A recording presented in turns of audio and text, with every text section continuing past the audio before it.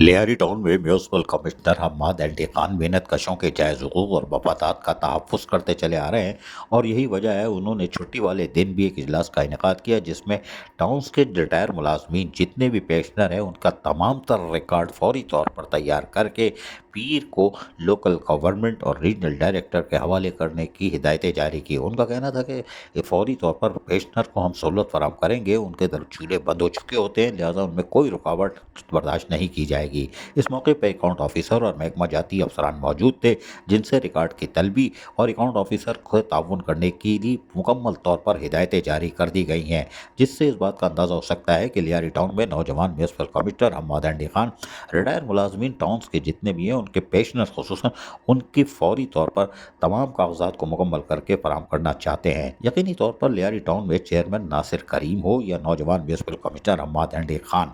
उन्होंने हमेशा अपने मेहनत कशों के जायज़ हुकूक और के मफादात का तहफ़्फ़ुज़ किया है। यही वजह है कि लियारी टाउन जो जगमगाता लियारी बदलता लियारी में फौरी तौर पर तब्दील होता भी दिखाई दे रहा है और यकीनी तौर पर चेयरमैन और म्यूनसिपल कमिश्नर की काविशें खुश आइंदा करार दी जा सकती हैं और यही वजह है कि मेहनत कश भी खुश हैं और यकीनन पेंशनर के लिए ये अच्छी खबर है कि उनका तमाम तर रिकॉर्ड तैयार करने की वाज़ेह हिदायतें जारी की जा चुकी हैं। अजीज़ आरिफ,